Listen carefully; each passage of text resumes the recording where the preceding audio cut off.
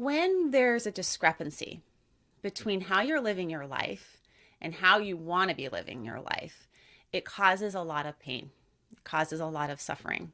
In fact, it's one of the primary reasons that brings people to therapy. There's often something that they really care about that is going sideways for them.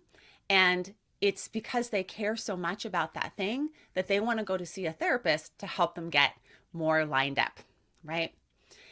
One way to think about values is if I were following you throughout your day with a video camera and you were to watch that video at the end of the day, how would you feel about how you acted, maybe as a parent? How would you feel about how you acted as a coworker? How would you feel about how you acted towards yourself, towards your own body? Those are some clues into your values. When I was in graduate school, I had a sticker on my water bottle that said, "My thighs carry me up the mountain." I was researching dialectical behavior therapy for eating disorders at the time, and I spent most of my days with individuals who were doing everything that society had told them to be successful, yet they were coming to treatment because their lives were miserable. These were the Olympians of unhealthy striving. And often I would point to the sticker and ask clients, I wonder what would happen if you harnessed the energy that you put into battling your body and turned it towards what you really care about. What mountains would you want to climb if you were free to choose? And that's really what values are about. They're about the mountains that you would want to climb if you were free to choose. You might be contemplating your own mountain right now. What seemed vital a few years ago can feel less important in the context of your current life. And today, I'm encouraging you to ask yourself, what is it that you are striving for? And where do you want to put your precious energy? How could you harness that energy that maybe you're using to avoid things, or maybe you're putting in the wrong spots, and actually put them in places that you care about? You're going to hear me talk a lot about values on this podcast, and it's actually might become a little annoying to hear, but there's a reason for that. Your values are going to be what motivate you, what energize you, and what keep you afloat when life falls apart, right? So your values are what wake you up in the middle of the night to go care for your kid when you've got nothing left. Your values are what helped people go protest in 2020 when they were completely spent, right? So they're both your anchor and a direction to head. And I want to ask you 3 questions today. I want to explore these 3 questions so that you can start to kind of get a sense for yourself what your values are. These are unusual questions to get a sense of values, but I think one of the things that people often do with values that kind of, I don't know, keeps them a little bit heady about things or sends them a little bit astray is when they try and just go straight for the vocabulary word of like, I value being kind, or I value being loving. And we don't really have a sense of what that looks like or what that feels like or when that shows up for you, when you'd want to do that. And these questions are going to help you get more of a sense, a personal sense of your values for you. When I ask these questions, I encourage you just to listen to them as I'm sharing them with you.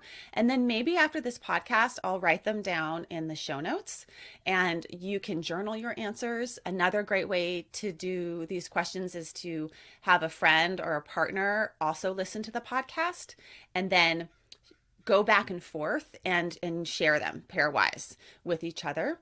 If you're a therapist, it'd be great to share this podcast with your client and then have them bring their answers into you. Or if you're a client, go ahead and bring these to your therapist. It is helpful often to discuss this with another person. Here are the 3 questions that tap into 3 aspects of values that I think are very important. The first question has to do with sweet spots. The concept sweet spot comes from a training that I did with Kelly Wilson, who's one of the founders of ACT many, many years ago. And he does this beautiful sweet spot exercise. It's actually described in one of his books, Mindfulness for Two, which is a great book for therapists. But I've kind of modified it a little bit. And here's what I want you to do. I want you to think back over the past week. And if you just kind of were to rewind over the past week and think about a moment that was particularly sweet for you. It would be a moment where maybe you felt a sense of vitality, maybe a moment when you felt lost in flow. You know, Mihai Csikszentmihalyi's concept of flow, when you lose time and you just feel completely engaged. Maybe it's a moment when your heart just got filled up and where you felt this motivation wave of energy. So, for example, for me, a sweet spot this past week was when my 8-year-old son took a jump into the deep end for the first time. So he's been working really hard at learning to swim, and he's at a different place than maybe some other kids that are his age. And he was really motivated to face some of his fears so that he could finally play with his cousins in the deep end, because he would often spend a lot of time in the shallow end watching the other kids play in the deep end. And he was really motivated to learn, but it was also really hard for him. But the moment that was particularly sweet for me was when he jumped in and then he popped his head back out of the water. And then he did this like scan around the pool looking for me. And then when he saw my face, I could just see his eyes kind of light up a little bit, and my heart just melted. It was this moment where he was proud, I was proud, and he knew that I was proud, and I knew that he was proud, and we were sharing, right? So this sweet moment. And you can kind of think about, oh gosh, what does that sweet moment show about what Diana's values are, right? I value connection. I value being present. I value being courageous. And I also value vulnerability, right? So when you write out your sweet spot, I want you to just first either write out or share a sweet moment with somebody. And then afterwards, see if you can boil it down to a few values for yourself.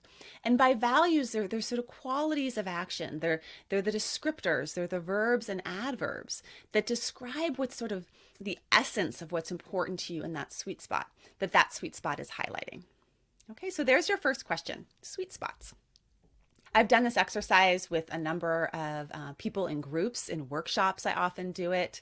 I've done it with corporations and leaders, and it is really helpful to get to see that just your daily life experience is often tapping and touching into your values. But we go about our lives just maybe not noticing as much. And that's why one of the core processes of ACT is being present. And we'll definitely talk about that more in other episodes.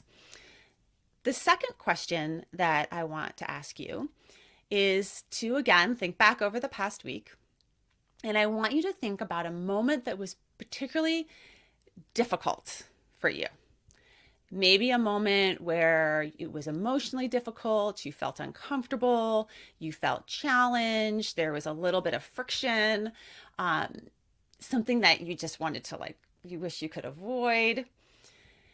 And this moment, oftentimes, we don't look for what's underneath that, the potential that's underneath what's uncomfortable for us. Many times we just go into avoidance mode. And a lot of what psychological flexibility is about is our ability to stay with what's uncomfortable because, as Steve Hayes would say, pain and values are two sides of the same coin.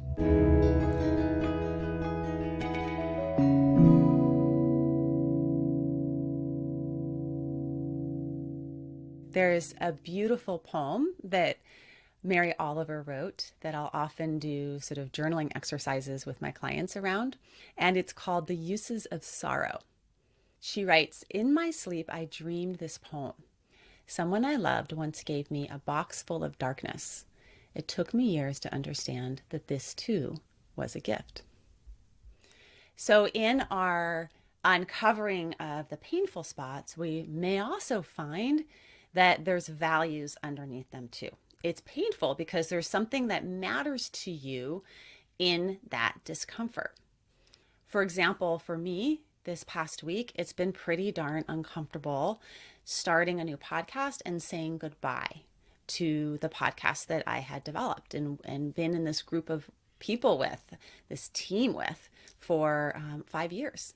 And I've had a number of sleepless nights about it. There's been a lot of grief. There's been moments of panic. There's been a lot of self-questioning. My mind has been giving me a pretty hard time about saying goodbye. And because I know about this concept of values, I know that when my pain is dialed up pretty high like that, there's probably some pretty big values underneath it for me. And I've been able to apply this process of psychological flexibility to this discomfort. The question that I want you to ask yourself around this painful moment is, what does this painful moment say about what you care about most? What is the discomfort pointing to you? What is sort of the box of darkness, and what is the gift inside the box of darkness for you? For me, the discomfort of starting this podcast has to do with my values of, around connections and caring about people that I've developed over time. It's also caring about doing a good job for you and that vulnerability of stepping into something new. I want to have a positive impact on your life.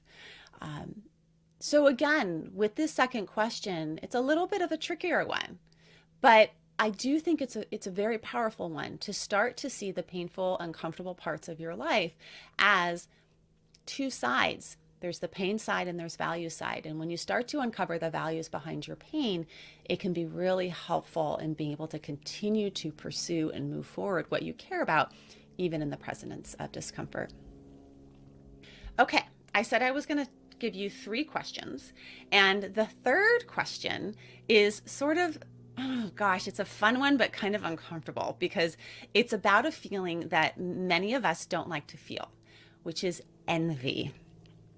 So we've had sweet spots, we've had sort of pain, uncomfortable spots, and now we're going to look at your envy spots. Envy is probably my least favorite emotion, and I'm a Scorpio. My mom swears that Scorpios are really jealous people. She's a Scorpio too, so maybe we do this to explain our behaviors, right? But envy is a great one to tackle with values, because when we are psychologically flexible, all material is welcome. All emotions are welcome here, especially the emotions that we don't like. So I want you to consider somebody that in your life, it could be a famous person or a friend or a colleague that you have a little envy about. Someone that you admire. It's like it's sort of an envy because you admire them. Maybe they're doing some things in the world that you wish you could do. Maybe they have played big in certain ways that you wish you would play big, or maybe they're just, there's just some aspects of them that you kind of look up to and admire, but that also gives you that twinge of envy. My envy is kind of a funny one in that one of the people that I admire most and also have a twinge of envy around is Tara Brach. Now, Tara Brach is a meditation teacher and psychologist that I've been learning from for a number of years, and I eat up everything she writes or speaks about. I've listened to her meditations, and I also envy her a little bit because she's taken this bold move of integrating psychology with contemplative practice. She also has excellent boundaries. She does not do anything that she doesn't feel lines up with her message in the world or that depletes her. And I really envy that. And you can get the picture here. Like, what are the values that are underneath my envy of Tara Brach? I value people and women in particular that play big. I value being bold. I value integrative approaches and sort of the risk in moving into more of that holistic world. And then I also really value setting boundaries. So when you get a sense of the person that you envy and you start to look at the qualities that they are embodying, then now you have another list. So we have a list of values that we came up with from our sweet spots. We have a list of values that we came up from our sad spots. And now we have a list of values that we came up from our envy spots.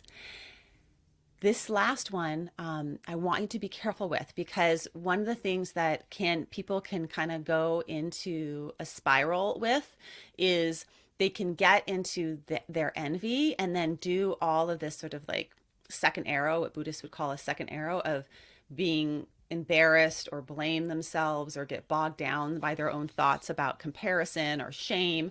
And then you sort of get lost in the forest of your thoughts. You get lost in the forest of your self stories. And again, that's where psychological flexibility is helpful because there's some other processes that can help you with that, with your thoughts, with your self stories that we'll be talking about in other episodes. But just kind of notice that if you notice your mind going into a lot of comparison stuff, just beware of your stinking thinking, as they would say in 12-step programs, and keep your eye on the prize. Like keep your eye on this is about uncovering the core values that show up for me when I'm actually experiencing envy. At the end of this episode, I'm going to give you a practice for you to try out this week with these values, and so that you can put the practice into your daily life.